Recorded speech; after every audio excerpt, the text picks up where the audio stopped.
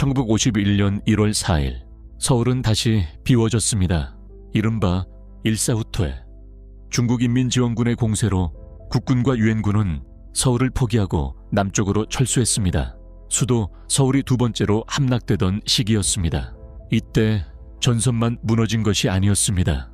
행정, 치안, 병력 체계 역시 동시에 붕괴 상태에 가까워지고 있었습니다.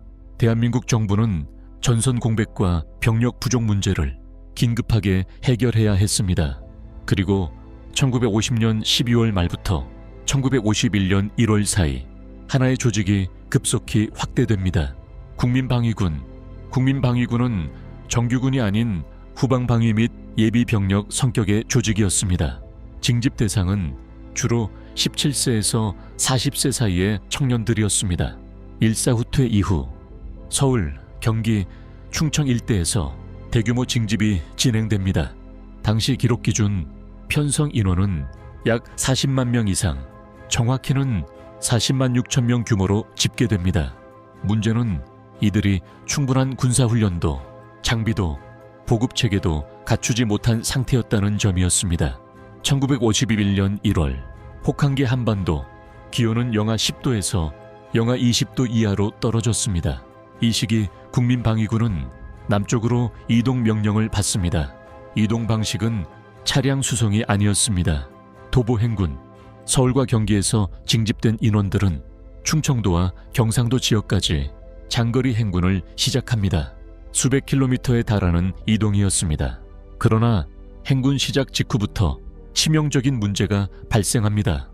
보급, 식량 배급이 정상적으로 지급되지 않았습니다. 군수 예산은 존재했지만 현장 보급은 극도로 부족했습니다. 당시 조사 기록과 재판 자료에는 군수 물자 유용과 보급 횡령 정황이 명시되어 있습니다. 즉, 예산은 있었지만 현장 병력에게 식량이 도달하지 않았던 구조였습니다. 1951년 1월 중순 행군 대열에서 탈락자가 발생하기 시작합니다. 처음에는 지친 병력의 낙오 수준이었습니다.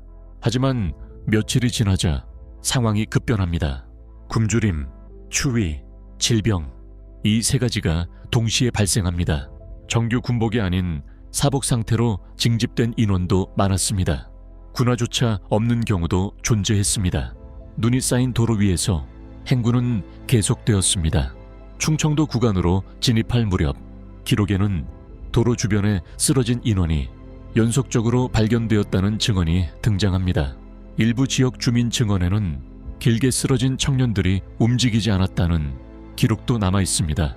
1951년 2월 경상도 이동 구간, 이 시점부터 사망자가 급증합니다.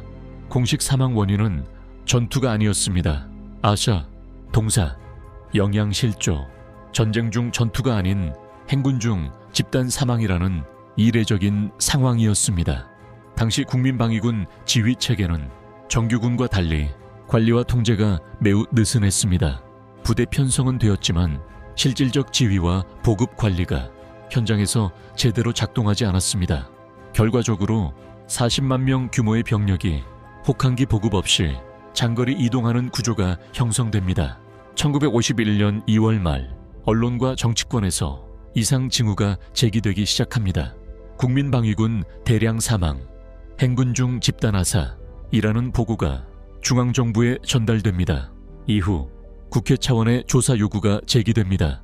조사 과정에서 핵심 문제가 드러납니다.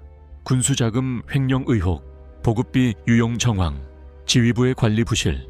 실제 재판 기록에는 방위군 간부들이 보급 관련 자금을 사적으로 유용한 혐의가 포함됩니다.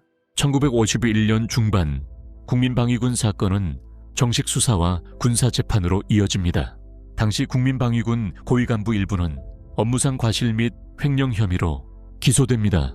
그리고 사형 판결이 선고된 인물도 존재합니다. 이는 전쟁 중 발생한 내부 참사에 대해 국가가 책임을 인정한 대표적 사례 중 하나로 기록됩니다. 추정 사망자 수는 정확한 단일 수치로 확정되지는 않았지만 당시 공식 조사와 국회 기록, 언론 보도 등을 종합하면 수만 명 규모로 평가됩니다. 중요한 점은 이 사망자들이 전투 중 전사자가 아니라는 사실입니다.